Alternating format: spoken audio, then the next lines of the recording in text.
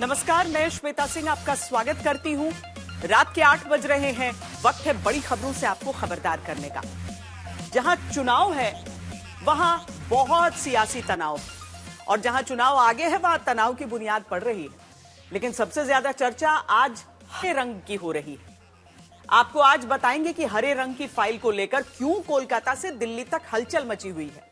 आज सुबह अचानक मुख्यमंत्री ममता बनर्जी जब ईडी के छापे के बीच से हरे रंग की फाइल लेकर निकली, सब जानना चाहते थे कि इसमें ऐसा क्या है जो मुख्यमंत्री इसे ईडी के हाथ जाने से बचाने दौड़ पड़ी।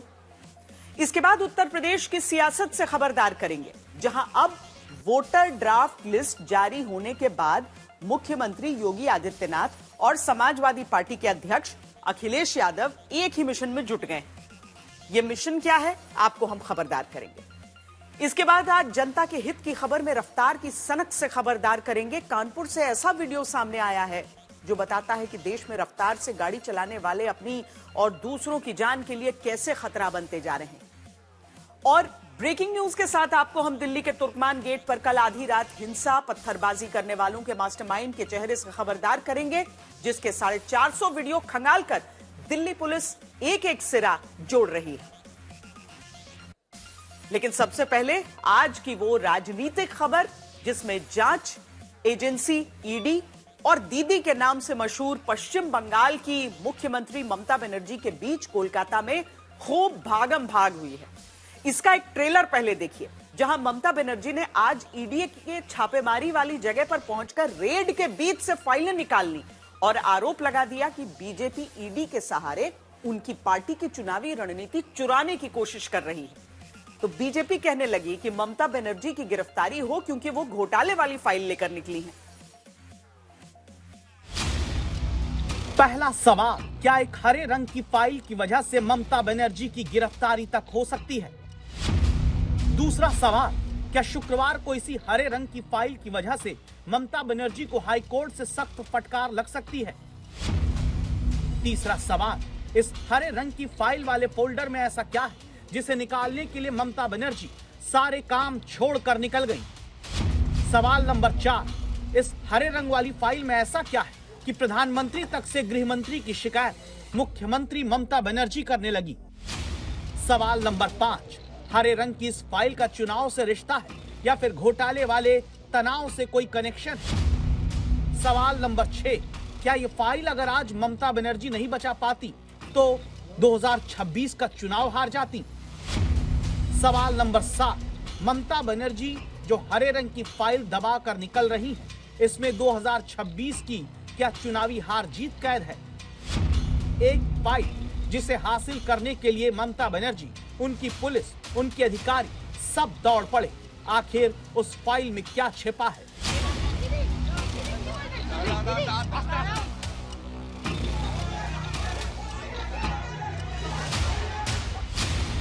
आप एजेंसी लगा के हमारा पेपर लूट करते हैं। Is it the duty of the ED and Amit Shah? और अमित शाह को बंगाल को जितना है तो आपको हिम्मत है तो आप इलेक्शन में लड़ाई करके आइए। The nasty home minister, the naughty home minister. करते लूट, बोलते झूठ, हमारा स्ट्रैटेजी लूट करते हैं। Mister prime minister, please control your home minister. Who cannot protect the country? चुनाव का स्ट्रैटेजी पूरा छीन के लिया। Taking away all my party documents. अगर आप हमारे साथ लड़ने नहीं सकते हैं तो अब क्यों हम बंगाल में आते हैं? इससे तो अब जीरो में आ जाए। पश्चिम बंगाल में एक तरफ ईडी है जो कलकत्ता हाईकोर्ट में याचिका देती है कि ममता सरकार ने सरकारी कामकाज में दखल दिया है, क्योंकि छापेमारी के बीच से मुख्यमंत्री फाइल और इलेक्ट्रॉनिक सबूत लेकर चली गई। सुनवाई कल होगी। दूसरी तरफ टीएमसी के लिए चुनावी रणनीति बनाने वाली कंपनी के निदेशक प्रतीक जैन का परिवार भी ईडी के खिलाफ शिकायत देने पुलिस के पास जा सकता है, यह दावा करके कि ईडी की टीम उनके घर से जरूरी दस्तावेज लेकर चली गई है। ये लड़ाई लंबी चलनी है। जहां ममता बनर्जी कहती हैं कि उनकी चुनावी रणनीति को चोरी बीजेपी करा रही थी और ईडी कहती है कि घोटाले के सबूत ममता बनर्जी चुरा रही थी। केंद्र में वो फाइल है जो ममता बनर्जी आज छापे के बीच से लेकर चली गई।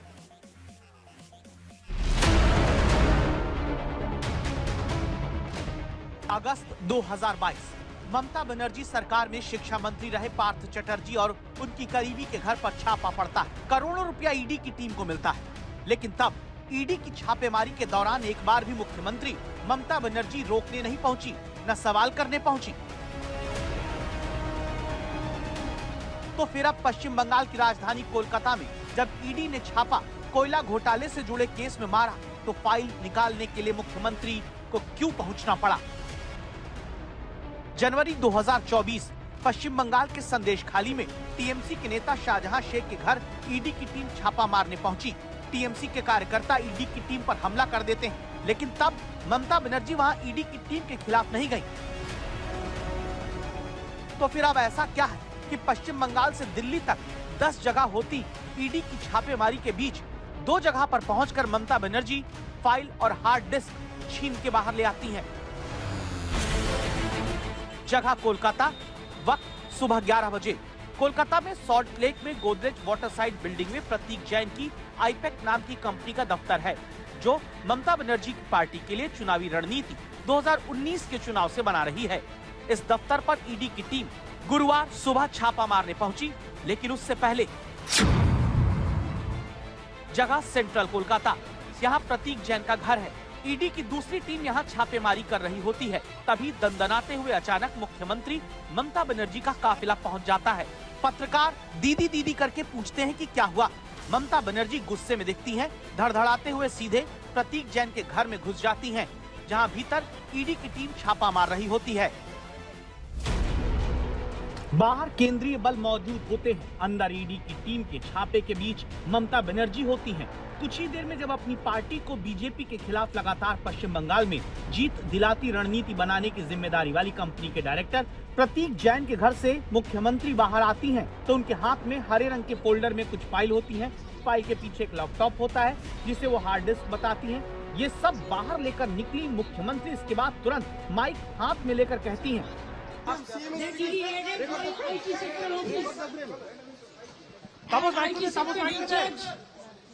house to collect all of our party hard disk, the candidate list, the party strategy, the party plan. Is it the duty of the ED and Amit Shah? The nasty home minister, the naughty home minister who cannot protect the country, and he's taking away all my party documents. If I read the BJP party office, what will be? What will be the result? They didn't have any guards. देखो मैंने सब लेके आया, because I rang up Pratik, because he is the in charge of my party. So my hard disk. Madam, phone, hard disk. Mamata Banerjee ED की छापेमारी वाली एक जगह यानी प्रतीक जैन के घर से ईडी की रेड के बीच से फाइल लेकर निकल जाती है, ये कहकर कि अब वो अपने आईटी सेल के दफ्तर जा रही हैं। लेकिन ये सवाल इस सियासत में उलझ गया कि अपनी पार्टी के लिए चुनावी रणनीति बनाने वाली कंपनी के निदेशक के घर ईडी के छापे के बीच से जो फाइल लेकर मुख्यमंत्री निकली, उसमें क्या सिर्फ टीएमसी की चुनावी रणनीति के दस्तावेज हैं या फिर उस घोटाले के भी दस्तावेज हैं जिसकी जांच के लिए ईडी पहुंची है। ममता बनर्जी अब ये पूरी कोशिश करने में जुटी हैं कि ये नैरेटिव गढ़ा जाए कि उनकी पार्टी के खिलाफ पूरी एजेंसी लगा दी गई, जबकि ईडी के सूत्र और बीजेपी दावा करती है कि जांच तो सबूत के आधार पर हो रही है, किसी पार्टी को निशाना बनाने के लिए नहीं।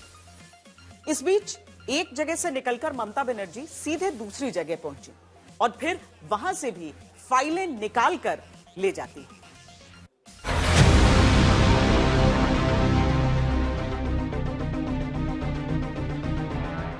पश्चिम बंगाल में प्रतीक जैन के घर छापा मारती ईडी की टीम के बीच से हरे रंग की फाइल और हार्ड डिस्क लेकर निकली ममता बनर्जी। इसके बाद प्रतीक जैन की कंपनी के दफ्तर पहुंची। यहां ईडी की छापेमारी चलती रहती है। यहां पर भी ममता बनर्जी के कर्मचारी आकर छापे के बीच से कई सारी फाइल लेकर निकलते हैं।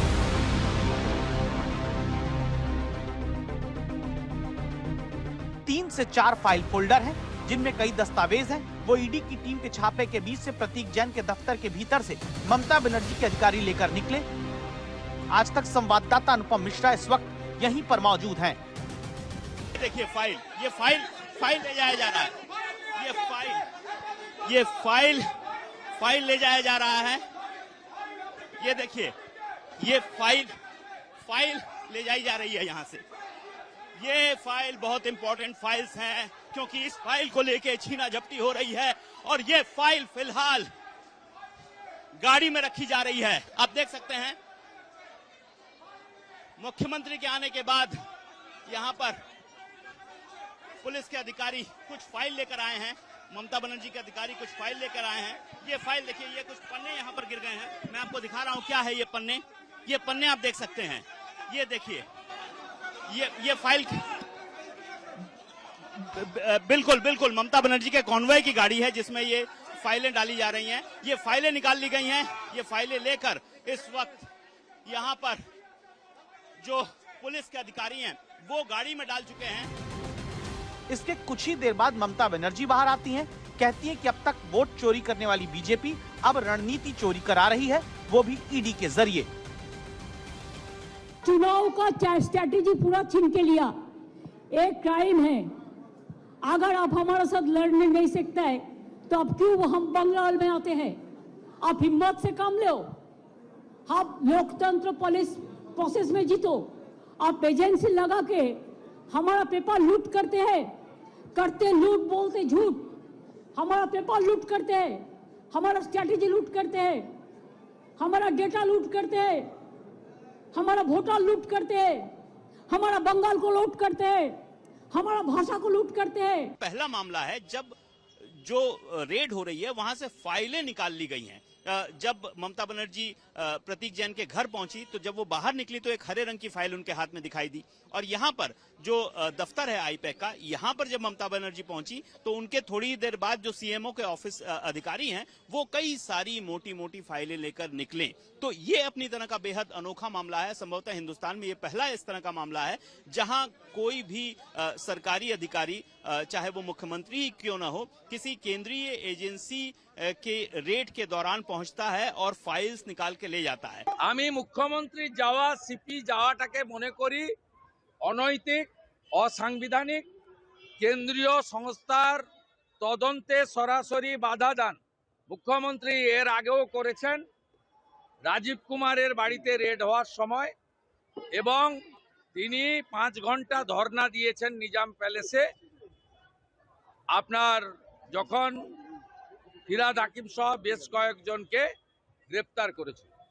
এরা মুখ্যমন্ত্রীর অভ্যাসের মধ্যে পড়ে, কিন্তু কেন্দ্রীয় তদন্তকারী সংস্থা তার যে সাংবিধানিক অধিকার আছে সেই অনুযায়ী যদি এই তৃতীয়বারেও এই মুখ্যমন্ত্রী এবং সিপির বিরুদ্ধে ব্যবস্থা না নেন তাহলে কিন্তু পশ্চিমবাংলায় ভুল বার্তা যাবে। अगर अमित शाह आपको बंगाल को जीतना है तो आपको हिम्मत है तो आप इलेक्शन में लड़ाई करके आइए।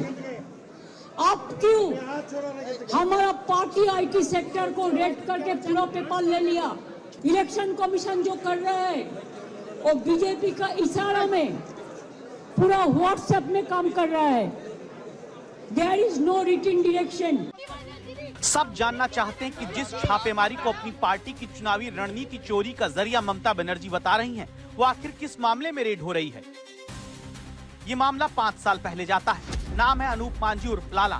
कोलकाता से 238 किलोमीटर दूर पुरुलिया के भामुरिया गांव का लाला, जो कभी कहते हैं कि साइकिल पर मछली बेचता था, लेकिन फिर राजस्व चुराकर कोयला बेचने का चोरी छिपे इतना बड़ा खिलाड़ी बना। दावा है हजारों करोड़ का खेल खेलने लगा, जिसके टीएमसी से रिश्तों को लेकर बीजेपी पहले भी सवाल उठाती आई है। लाला जी के यहाँ कोई रेड पड़ा है, नाम तो मुझे मालूम नहीं है, और ममता जी ने रिएक्शन दिया। ममता जी पहले जरा लाला जी से अपने रिश्ते उजागर कर दे, सार्वजनिक कर दे कि उनको क्यों इतनी चिंता हो रही है। कोयले की रेवेन्यू राज्य सरकार को भी मिलती है, केंद्र सरकार को भी मिलती है। कोयले की रेवेन्यू की चोरी करने वाले व्यक्ति के लिए इतना क्यों चिंता हो रहा है? इसी अनूप मांझी और लाला को लेकर कोयला घोटाले की आंच अब ऐसी कोलकाता पहुंची कि ममता बनर्जी ईडी के छापे के बीच से फाइलें लेकर निकल गईं। ईडी सूत्रों का कहना है कि आईपैक के ऑफिस प्रतीक जैन के घर पर ईडी का छापा अनूप मांझी के खिलाफ मनी लॉन्ड्रिंग केस से जुड़ा है।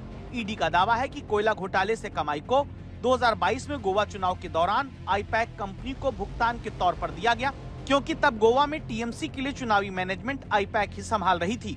आईपैक जब तृणमूल कांग्रेस से जुड़ा तो तृणमूल कांग्रेस को काफी फायदा हुआ, खास तौर पर 2021 में और 2024 के जो लोकसभा चुनाव हुए, जहां पर कम से कम 22 सीटें तृणमूल कांग्रेस को हासिल हुई। ये काफी बड़ा फायदा तृणमूल कांग्रेस को हुआ 2024-2021 में। तो तब से ही ये जुड़े हुए हैं। और जो 2026 का विधानसभा इलेक्शन है, यहां पर भी पार्टी की जो रणनीति है, चुनाव होने वाले हैं, उसको लेकर पूरी रणनीति तैयार करने का जिम्मा इस वक्त प्रतीक जैन और उसके संस्था आईपैक पर है। अब ममता बनर्जी क्या उन प्रतीक जैन और उनकी कंपनी को ईडी की जांच से बचा रही है, जिन्होंने 2019 से लेकर अब तक हर चुनाव में बीजेपी की आंधी से पश्चिम बंगाल के भीतर टीएमसी को उखड़ने से बचा लिया, या फिर ममता बनर्जी अपनी पार्टी की चुनावी रणनीति की रक्षा कर रही हैं? इस पर सियासी बयानबाजी हावी हो चुकी है। मुख्यमंत्री जो इस हवाला में और कोल स्कैम में इन्वॉल्व है, उसको प्रोटेक्ट करना चाहते हैं। Corruption, coal scam, this hawala, all are synonymous with Trinamool Congress. मुख्यमंत्री खुद आज इसको एस्टैब्लिश कर दिया। किसी भी राज्य की मुख्यमंत्री किसी रेड चल रहा है एक सरकारी संस्था का, उसका उसी जगह पर पहुंच जाना और उसका से सारे एविडेंस छीन लेना, ये आज तक हिंदुस्तान में किसी जगह हुआ नहीं। जिस केस में अगर रेड किया है, अगर उसमें रेड का जरूरत था, अगर इन्वेस्टिगेशन का जरूरत था, अगर इंटरोगेशन का जरूरत था, तो इतने दिन कौन मना किया, क्यों नहीं किया? आज जब इलेक्शन सामने है और ये आईपैक हमारा कैंपेन में, हमारा वो एडवाइजरी रोल पे ये आईपैक ऑर्गेनाइजेशन है, सो हमारा जो प्लानिंग है कैंपेन का पूरा स्टेट में, जो कैंपेन का जो प्लानिंग है, किस डिस्ट्रिक्ट में, किस गांव में हम क्या प्लान कर रहा है, कैसे कैंपेन कर रहा है, टीम पे कौन कौन है, ये चुराने का कोशिश हुआ था। इतना सारे मंत्री लीडर का घर पे एजेंसी ने छप्पा मारा, उनको गिरफ्तार किया, मुख्यमंत्री नहीं पहुंचे, कारण उनको मालूम है उसमें वो फंसेगा, उसका जेल होगा। इसमें पहुंच गया, इसीलिए इसमें कलीघाट भी फंस जाएगा। और उसी जगह में घुस के कोई फाइल चोरी करके ले जाना, पार्टी का नाम करके कोई फाइल को लेके जाना, ये अपराध है। पश्चिम बंगाल एक ऐसा अनूठा प्रदेश बन गया है जहां पर मैं कहूँगा कि पूरी तरह से तानाशाही है। वहां पर लोकतंत्र नाम की चीज नहीं है। लोकतंत्र की हत्या करने का काम ममता जी करती हैं। तब मैं कहूँगा ये तानाशाही बहुत दिनों तक चलने वाली नहीं है। पश्चिम बंगाल में अभी 8 दिन पहले ही दौरे पर गृह मंत्री अमित शाह पहुंचे थे। घुसपैठ, महिला सुरक्षा, तुष्टीकरण जैसे तमाम मुद्दों पर ममता सरकार को घेरा था। आगे प्रधानमंत्री पश्चिम बंगाल जाने वाले हैं। उससे पहले ममता बनर्जी ने ईडी की छापेमारी को अब मुद्दा बना लिया है। आज पार्टी से प्रदर्शन को कहा, कल खुद ईडी के खिलाफ मार्च करने उतरेंगी। तो क्या ये अमित शाह की चुनावी रणनीति के घेरे से बचने की तैयारी है?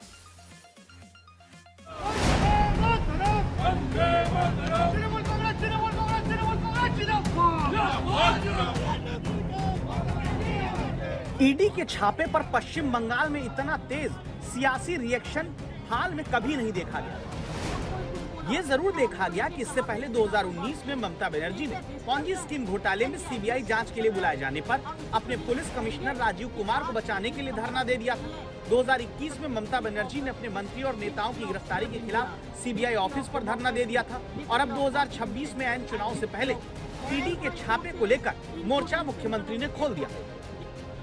लेकिन ईडी के छापे के बाद अब सीधे पूरे प्रदेश में पहले पार्टी के कार्यकर्ताओं को उतारकर अब खुद ममता बनर्जी सड़क पर उतरने जा रही हैं। शुक्रवार को ममता बनर्जी प्रदर्शन करने उतरेंगी। इससे पहले गुरुवार को कोलकाता में टीएमसी नेता कुणाल घोष के साथ कार्यकर्ता प्रदर्शन करने निकले।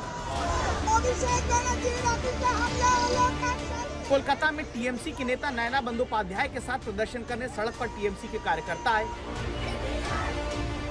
हावड़ा में मंत्री अरूप राय की अगुवाई में प्रदर्शन हुआ।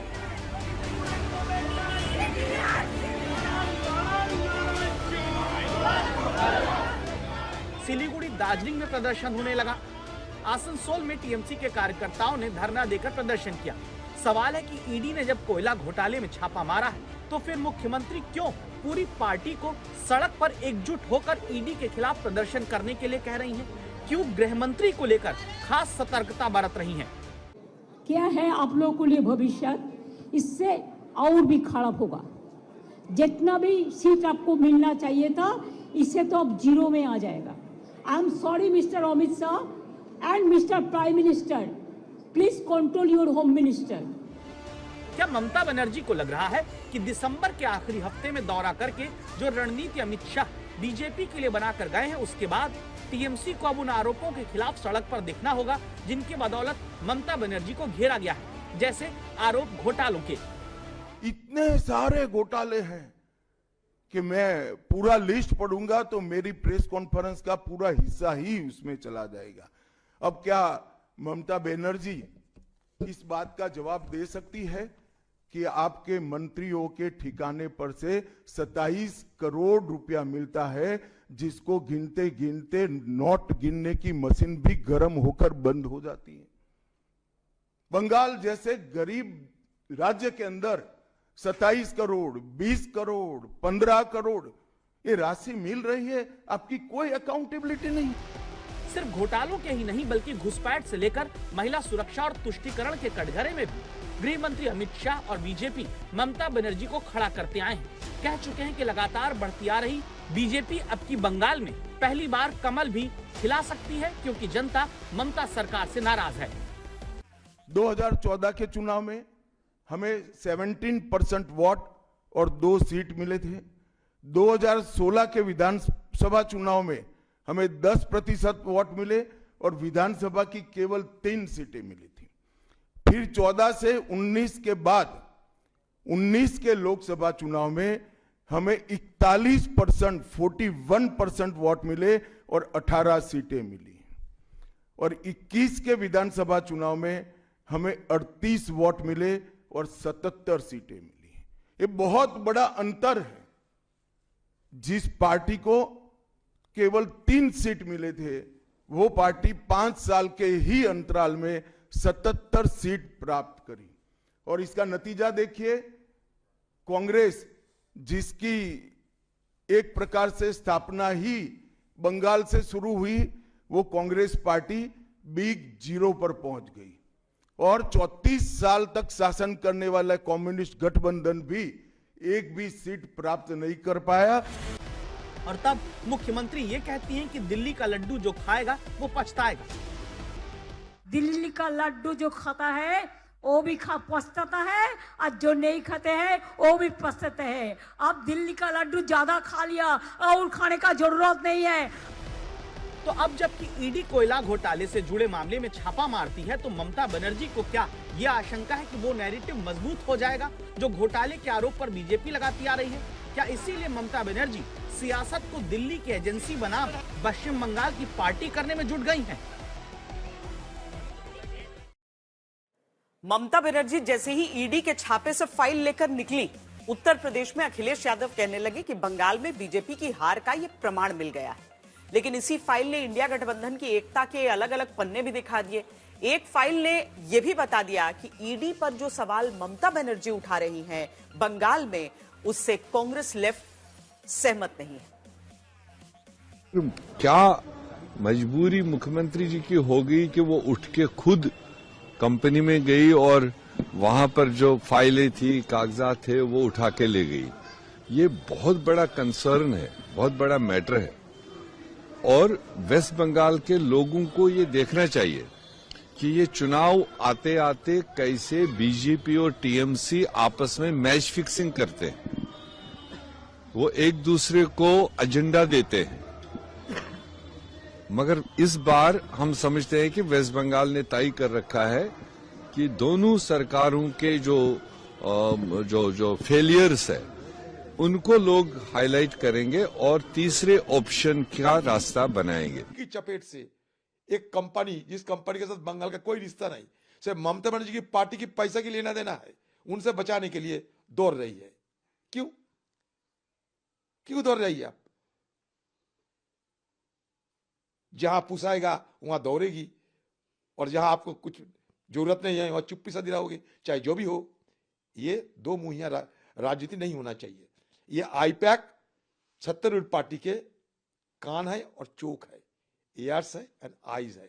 रेड के दौरान अगर वो इम्पोर्टेंट डॉक्यूमेंट्स लेके बाहर निकल आते हैं तो उसके लिए कानूनी क्या कार्रवाई ये कर रहे हैं। एफआईआर दर्ज किए मुख्यमंत्री के नाम में, पुलिस कमिश्नर के नाम में, जो पुलिस फाइल लेकर के किया, और वो कोई सरकारी काम नहीं था, पुलिस को देकर के वो राजनीतिक काम करवाए, क्योंकि वो तृणमूल कांग्रेस का आईटी सेल का काम था बोल रहे हैं, ममता बनर्जी खुद बोल रही है। और जो गाड़ी में पुलिस सामान लोड करवाया, वो जहाँ माल हाफिज किया या स्मगलिंग किया, वो गाड़ी का हमारे पास रजिस्ट्रेशन नंबर है, रजिस्ट्रेशन सर्टिफिकेट है, वो तृणमूल कांग्रेस का है, वो सरकारी नहीं है। मुख्यमंत्री जो गई और जिस गाड़ी में, सब लोग बोले मुख्यमंत्री की गाड़ी में लोड किया गया, लेकिन वो तृणमूल कांग्रेस की गाड़ी है। तो मुख्यमंत्री वहाँ गई as a TMC leader, not as a chief minister, लेकिन सरकारी पूरा तंत्र को साथ में क्यों ले गई? अब पुलिस ये काम क्यों किया? इसका जवाबदेही पुलिस को भी करना पड़ेगा, डीजीपी को भी करना पड़ेगा, पुलिस कमिश्नर को भी करना पड़ेगा। पश्चिम बंगाल की तरह उत्तर प्रदेश में बीजेपी और विपक्ष आमने सामने है। एसआईआर के बाद राज्य निर्वाचन आयोग की तरफ से जारी की गई जो कच्ची मतदाता सूची के आंकड़ों पर अखिलेश यादव भड़क गए। अखिलेश यादव ने गंभीर आरोप लगाते हुए कहा कि बीजेपी ने 1 करोड़ नकली वोट बढ़वाए हैं। ऐसे लोगों के खिलाफ एफआईआर दर्ज करनी चाहिए। वहीं चुनाव आयोग का कहना है कि यूपी में तो अभी एसआईआर का प्रारंभिक चरण पूरा हुआ है। 6 मार्च को अंतिम मतदाता सूची जारी होगी। 18 वर्ष से ऊपर का मतदाता सूची में नाम होना चाहिए, तो ये संख्या होनी चाहिए 16 करोड़। और मतदाता सूची में एसआईआर के बाद जो मतदाता सूची में नाम आए हैं वो कितने आए हैं? 12 करोड़।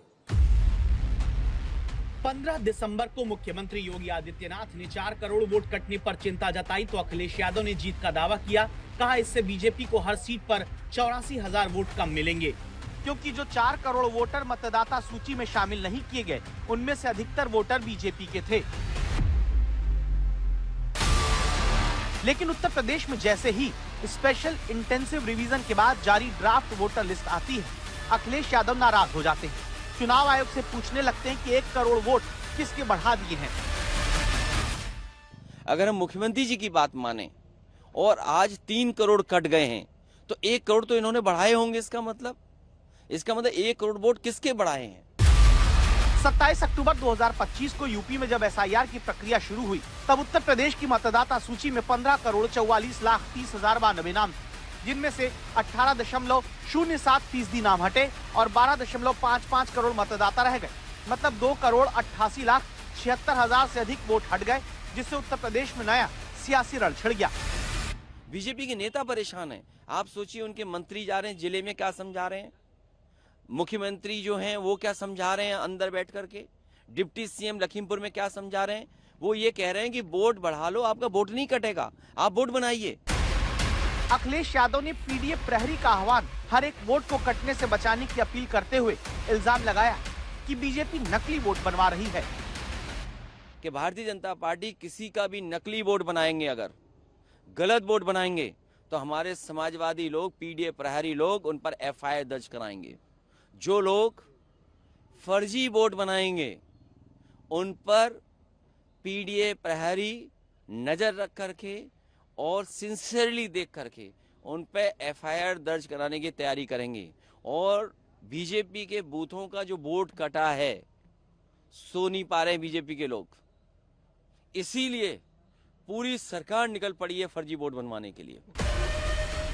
अखिलेश यादव एक एक वोट पर निगरानी की बात करते हुए पूछ रहे हैं कि पहले बेईमानी हो रही थी या अब हो रही है। इसके जवाब में उत्तर प्रदेश के मुख्य निर्वाचन अधिकारी समाजवादी पार्टी की शिकायतों को बिना प्रमाण के बताकर खारिज करते हुए भेड़िया आया वाली कहानी का हवाला दे रहे हैं। एसआईआर में उत्तर प्रदेश की ड्राफ्ट इलेक्टोरल रोल, ड्राफ्ट मतदाता सूची प्रकाशित हुई है और इसमें हमारे 12 करोड़ 55,56,025 मतदाता हैं। गणना चरण हमारा जो 4 नवंबर को प्रारंभ हुआ था और 26 दिसंबर तक चला। चुनाव आयोग बड़ा कहानीकार है और भेड़िए की कहानी इस फेवर से उन्होंने सुनाई है, तो थोड़ा बता दें उत्तर प्रदेश सरकार को कि भेड़िया जो बहराइच में घूम रहे हैं उनको पकड़ ले और संरक्षित करके जू में भेज दें। एनकाउंटर कर रहे हैं और पकड़ भी नहीं पा रहे हैं, तो वहाँ पर एडवाइस ज़्यादा ज़रूरी है। एसआईआर पर मचे सियासी संग्राम के बीच बीजेपी ने हर बूथ पर वोट बढ़ाने के लिए कमर कस ली है। भारतीय जनता पार्टी ने बैठकें लेना शुरू कर दिया है। हुई वर्चुअल बैठक जिसमें मुख्यमंत्री योगी आदित्यनाथ, पंकज चौधरी प्रदेश अध्यक्ष समेत मंत्री पदाधिकारी शामिल रहे।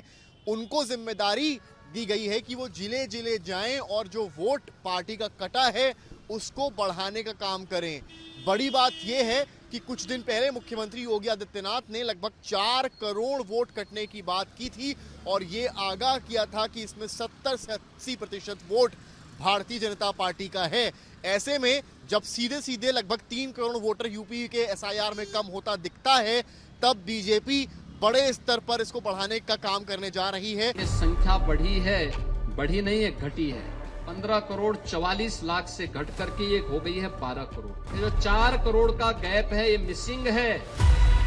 सूत्रों के अनुसार ड्राफ्ट मतदाता सूची प्रकाशित होने के बाद मुख्यमंत्री योगी आदित्यनाथ और बीजेपी के उत्तर प्रदेश अध्यक्ष पंकज चौधरी ने सभी राज्य मंत्रियों और पार्टी के सांसदों, विधायकों, एमएलसी पदाधिकारियों और जिला अध्यक्षों के साथ एक वर्चुअल बैठक की है। इस बैठक में बड़ी तादाद में नामों को हटाए जाने पर चिंता जताई गई। यूपी बीजेपी ने सभी विधायकों, सांसदों और मंत्रियों को वोटर लिस्ट पर काम करने के लिए कहा है। विधानसभा की सभी कमेटियों की बैठक रद्द करने के लिए कहा गया ताकि विधायक वोटर लिस्ट पर काम कर सकें। बैठक में कहा गया कि सबसे ज्यादा वोट हमारे ही लोगों के शहरों में कटे हैं, इसलिए उनसे भी संपर्क किया जाए ताकि उनके शहर और गाँव दोनों जगह के वोट न कटें। जहां पर त्रुटियां हैं, जहां किन्हीं दस्तावेजों की कमी की वजह से 18 वर्ष पूर्ण हुए लोगों के वोट नहीं बन पाए हैं या किन्हीं कारणों से कोई दिक्कतें आ रही हैं, बीएलए और पदाधिकारी, मंत्री, सभी जो बीएलओज हैं और चुनाव आयोग के कर्मचारी हैं, उनसे संपर्क कर हर विधानसभा के अनुसार, हर बूथ के अनुसार ग्राउंड पर जाएंगे और इस 1 महीने में जो वोटों का नुकसान बीजेपी को उत्तर प्रदेश में हुआ है उसे बढ़ाने का काम करेंगे। बीजेपी की चिंता यह है कि शहरों में उसका सबसे मजबूत पारंपरिक जनाधार है, वहीं पर सबसे ज्यादा वोट कटे हैं। चुनाव आयोग के आंकड़े के अनुसार लखनऊ, कानपुर, गाजियाबाद, मेरठ, आगरा, प्रयागराज, गौतम बुद्ध नगर जैसे बड़े शहरों में 20 से 30% तक नाम कट चुके हैं। इसीलिए एसआईआर की ड्राफ्ट वोटर लिस्ट जारी होने के बाद सबसे ज्यादा सक्रिय बीजेपी नजर आ रही है, जिसने अपने नेताओं और कार्यकर्ताओं को अगले 1 महीने में ज्यादा से ज्यादा मतदाताओं का रजिस्ट्रेशन करने का लक्ष्य दिया है, जिस पर समाजवादी पार्टी की कड़ी नजर होगी। इसलिए इस विवाद के आगे भी बढ़ने की संभावना है। समाजवादी पार्टी को शक है कि बीजेपी आखिरी सूची में वोटर बढ़वा लेगी। वहीं चुनाव आयोग कह रहा है कि अफवाह न फैलाएं, क्योंकि अब भी वोट बढ़ने की संभावना है। चुनाव आयोग ने बताया कि अभी जिनके वोट कटे हैं वो या तो जो मृतक पाए गए या उनके 1 से अधिक बार वोटर लिस्ट में नाम है, जिस पते पर से वोट बना वहां से वो चले गए, वो है ही नहीं, लापता हैं। इनमें कुछ ऐसे लोग थे जिन्होंने फॉर्म लिया लेकिन भरा नहीं। ये लोग जब फॉर्म भरकर जमा करेंगे तो वोट बढ़ सकता है। इसके अलावा जो 18 साल से ज्यादा उम्र के हैं और उन्होंने अभी तक मतदाता पहचान पत्र नहीं बनवाया है, वो लोग जब मतदाता सूची में शामिल होंगे तो संख्या बढ़ेगी। सभी पार्टियों का जोर लग रहा है इसमें कि ये लोग किसी भी कीमत पर छूटे नहीं। अब उत्तर प्रदेश से ही बड़ी खबर, जहां रफ्तार की सनक कितनी खतरनाक होती है इसकी तस्वीर कानपुर इटावा नेशनल हाईवे पर हुए एक हादसे की सीसीटीवी तस्वीर से आप समझिए। यहां हाईवे पर तेज रफ्तार बोलेरो अनियंत्रित होकर पलट गई। सीसीटीवी में कैद हुआ रोंगटे खड़े कर देने वाला मंजर हमें याद दिलाता है कि रफ्तार की सनक जानलेवा हो सकती है। हादसे के बाद राहगीरों ने बोलेरो में फंसे लोगों को बाहर निकाला। यह हादसा कानपुर देहात के अकबरपुर कोतवाली के कृपालपुर के पास हुआ।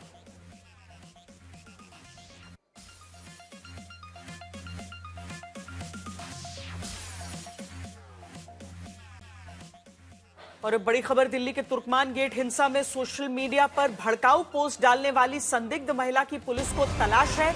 इस महिला का नाम एमन रिजवी है। इस महिला के अच्छे खासे फॉलोअर्स हैं और उसे जांच में शामिल होने के लिए तलब किया गया। दूसरी बड़ी खबर यह है कि दिल्ली पुलिस की फोरेंसिक टीम तुर्कमान गेट के पास पत्थरबाजी वाली जगह पर पहुंची। दिल्ली पुलिस की फोरेंसिक टीम ने सबूत जुटाए। जो पत्थर जमीन पर बिखरे हुए हैं उन्हें इकट्ठा कर फोरेंसिक टीम ने सबूत जुटाए हैं। हमारे साथ हमारे संवाददाता अरविंद ओझा इस समय जुड़ रहे हैं। अरविंद, जो लोग पत्थरबाजी में पाए गए थे, जिनकी तस्वीरें थीं, जिनके सीसीटीवी वीडियो को निकाला गया था, उनकी गिरफ्तारी के साथ शुरुआत हुई, लेकिन शुरुआत से ही अरविंद नजर जो थी वो उन लोगों पर थी जिन्होंने भड़काने का काम किया। इस महिला जिसकी तस्वीर हम दिखा रहे हैं, इस पर मुख्य तौर पर किस तरह के आरोप हैं? देखिए, ये जो महिला है, जब पूरा ये विवाद चल रहा था उस वक्त सोशल मीडिया पर इसने एक वीडियो डाला था और इसी वजह से जो दिल्ली पुलिस के रडार पर ये आई। अब इसे नोटिस भेजा गया है पूछताछ के लिए। न सिर्फ ये महिला बल्कि एक यूट्यूबर है सलमान नाम का, जिसके सोशल मीडिया पे अच्छे खासे फॉलोअर हैं, उसने भी कुछ वीडियो अपलोड किए थे, लिहाजा वो भी रडार पर है। कुल मिलाकर अगर बात करें तो 15 से 20 जो सोशल मीडिया इन्फ्लुएंसर है वो दिल्ली पुलिस के रडार पर है। अब तक अगर बात की जाए श्वेता, आज भी 6 गिरफ्तारियां हुई हैं, कल 5 गिरफ्तारियां हुई हैं, कुल मिलाकर 11 लोगों को गिरफ्तार किया गया है। लेकिन 30 ऐसे लोग हैं जिनको दिल्ली पुलिस ने सीसीटीवी, ड्रोन कैमरा और जो अदर फुटेज है उनके जरिए उनकी पहचान की है और उनकी गिरफ्तारी की भी कोशिशें वो लगातार की जा रही है। इन सब के बीच अभी कुछ देर पहले ही जो क्राइम सीन है वहां पर दिल्ली पुलिस की फॉरेंसिक की टीम पहुंची थी। जो पत्थर बरसाए गए थे दिल्ली पुलिस पर, जिसमें 5 से ज्यादा पुलिसकर्मी घायल हुए थे, उन पत्थरों को इकट्ठा किया सैंपल के तौर पर, एविडेंस कलेक्ट किए गए हैं वहां से। श्वेता, बहुत शुक्रिया अरविंद ओझा। ये जानकारी जो अरविंद दे रहे हैं और जो तस्वीर हम आपको दिखा रहे हैं, दरअसल ये पोस्ट सोशल मीडिया पर ये बहुत अहम रहे थे और ये कारण रहे थे कि लोगों को लगा था कि अतिक्रमण नहीं बल्कि वाकई मस्जिद को गिराने की प्रक्रिया यहां पर हो रही है। दिल्ली के तुर्कमान गेट पर फैज़ इलाही मस्जिद के हुए पत्थरबाजी मामले में लगातार कार्रवाई हो रही है। 400 से ज्यादा वीडियो खंगालने के बाद 30 से ज्यादा आरोपियों की पहचान हो चुकी है। अब तक तुर्कमान गेट को सुलगाने वाले 11 आरोपियों की गिरफ्तारी हो चुकी है, लेकिन अभी भी पुलिस को हिंसा भड़काने के आरोपी यूट्यूबर सलमान समेत कई आरोपियों की तलाश है।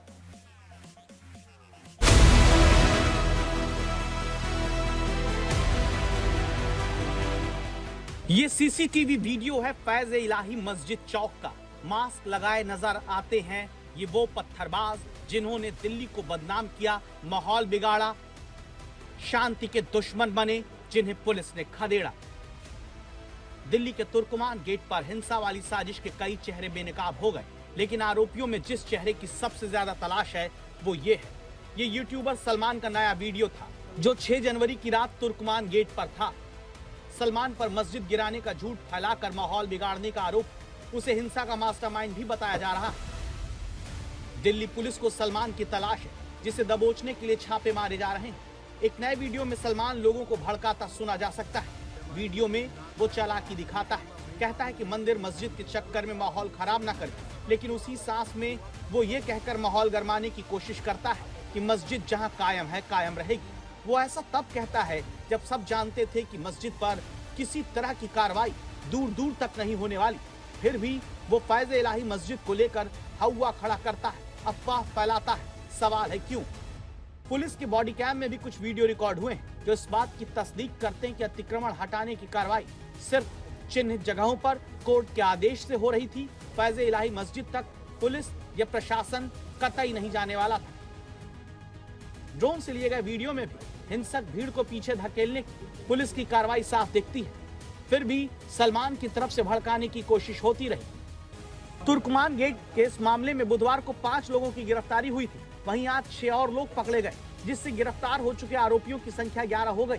अब तक की जांच में जानकारी मिली है कि 10 सोशल मीडिया इन्फ्लुएंसर ने मिलकर यह अफवाह फैलाई। 4 से 5 व्हाट्सएप ग्रुप थे जिनमें मैसेज वायरल किए गए थे। कम्युनिटी का जो मेन रेस्पेक्टेबल्स है, लीडर्स है, जो मौलवीज है, इनको बुलाया और इनको भी बताया कि कहीं भी हम मस्जिद को टच नहीं कर रहे। मस्जिद की विसिनिटी की जो एरिया की जो कब्जा है वो अनऑथराइज्ड एनक्रोचमेंट है, वो उसी को एमसीडी तोड़ रहे। तो इसके बेसिस में जो 120-30 के आसपास जो मौलवीज है उनकी मीटिंग मैंने ऐसे डीसीपी अलग से कराया।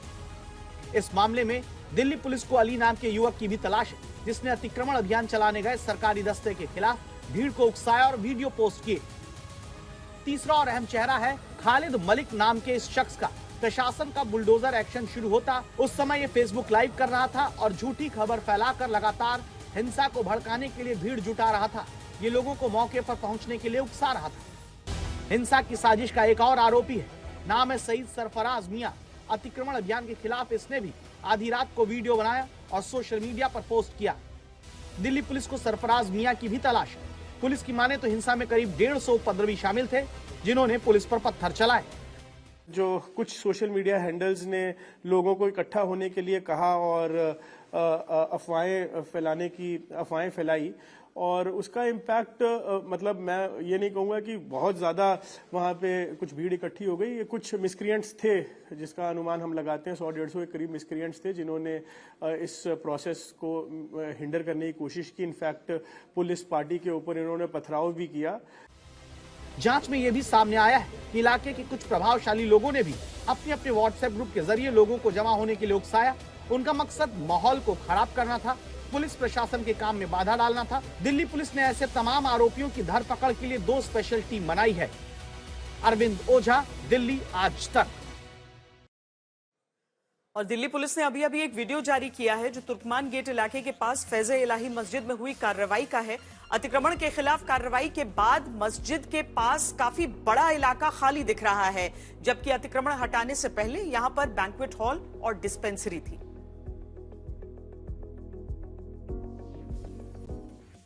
अब बात बांग्लादेश की, जहां मोहम्मद यूनुस सरकार भले ही हिंदुओं पर हो रहे अत्याचार पर सुस्त हो, लेकिन पाकिस्तान को खुश करने, उसके करीब जाने में पूरी ताकत से आगे बढ़ रही है। पहली बड़ी खबर यह है कि बांग्लादेश ने भारत में होने वाले वर्ल्ड कप में आने से इनकार कर दिया है। वहीं दूसरी बड़ी खबर यह है कि बांग्लादेश ने पाकिस्तान के JF-17 लड़ाकू विमान खरीदने में रुचि दिखाई।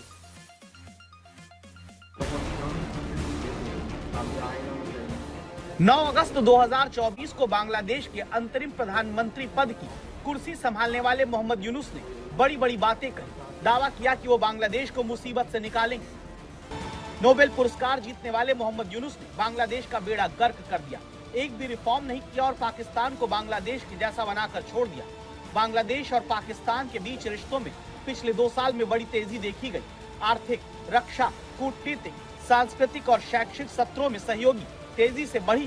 क्रिकेट में भी बांग्लादेश ने पाकिस्तान जैसा ड्रामा करना शुरू कर दिया है। KKR ने मुस्तफिजुर रहमान को क्या रिलीज किया। बांग्लादेश ने भारत विरोध का नया मौका खोज लिया और T20 वर्ल्ड कप के लिए भारत भेजने से मना कर दिया। ICC में जब उसकी एक न चली तो पाकिस्तान की तरफ से उसका साथ दिया गया।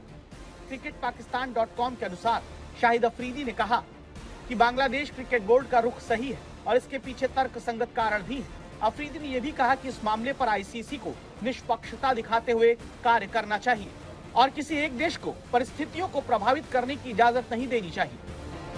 अफरीदी ने इस बात के जरिए कहीं न कहीं भारत और BCCI पर कटाक्ष किया, जो पाकिस्तान की तरफ से भारत के खिलाफ मौका भुनाने जैसा है। पाकिस्तान की तरफ से बांग्लादेश के क्रिकेट से लेकर कूटनीतिक मोर्चे तक में तरफदारी की जा रही है। शेख हसीना के रहते ये सब कुछ संभव नहीं था, लेकिन अब दोनों देशों के बीच सीधी उड़ान भी शुरू होने जा रही है। बांग्लादेश की सरकारी एयरलाइन विमान बांग्लादेश एयरलाइंस 29 जनवरी से ढाका और पाकिस्तान के सबसे बड़े शहर कराची के बीच सीधी उड़ानें फिर से शुरू करेगी। बंगाली अखबार प्रथम मोलो के अनुसार शुरुआत में ये उड़ानें हफ्ते में 2 बार गुरुवार और शनिवार को संचालित होंगी। हालांकि पेच ये भी है कि ये छोटी उड़ान भारत के एयर स्पेस से होकर कराची तक जाएगी, जिस पर दिल्ली से इजाजत लेना जरूरी होगा, वरना इस फ्लाइट को लंबा चक्कर लगाकर जाना होगा। बांग्लादेश में जो हालात, जिस तरह से हिंदुओं का कत्लेआम हो रहा है, उसे देखते हुए मोहम्मद यूनुस के रहते रिश्ते सामान्य होना मुश्किल है। जबकि भारत और म्यांमार से घिरे बांग्लादेश की भलाई भारत से अच्छे रिश्तों में है, लेकिन मोहम्मद यूनुस समझने को ही तैयार नहीं है। बांग्लादेश में जल्द चुनाव होने वाले हैं, लेकिन उससे पहले ही मोहम्मद यूनुस जाते जाते भी पाकिस्तान के साथ एक और बड़ा रक्षा सौदा फाइनल कर लेना चाहते हैं। बांग्लादेश पाकिस्तान से JF-17 लड़ाकू विमान खरीदने की बात कर रहा है। अक्टूबर में पाकिस्तान के joint chiefs of staff committee के चेयरमैन जनरल साहिर शमशाद मिर्जा ने ढाका का दौरा किया था। तभी ऑफर दिया गया था, जिस पर मोहम्मद यूनुस आगे बढ़ते दिख रहे हैं। इस सौदे से बांग्लादेश का कितना भला होगा वो तो नहीं पता, लेकिन पाकिस्तान को इससे बहुत फायदा होगा। पाकिस्तान के रक्षा मंत्री तो यहाँ तक कह रहे हैं कि इससे पाकिस्तान की कंगाली तक दूर हो जाएगी। आखिर में मौसम से आपको खबरदार कर दे, जहां उत्तर भारत में लगातार पारा लुढ़क रहा है, जो बर्फीली हवाएं पहाड़ों से उठ रही हैं, उससे मैदानी इलाकों में भी तापमान गिरता जा रहा है। ये जम्मू कश्मीर की बर्फबारी की बेहद खूबसूरत तस्वीरें आपको हम दिखा रहे थे। अभी के लिए इतना ही। देश और दुनिया की बाकी खबरों के लिए आप देखते रहिए आज तक और हरदम रहिए खबरदार।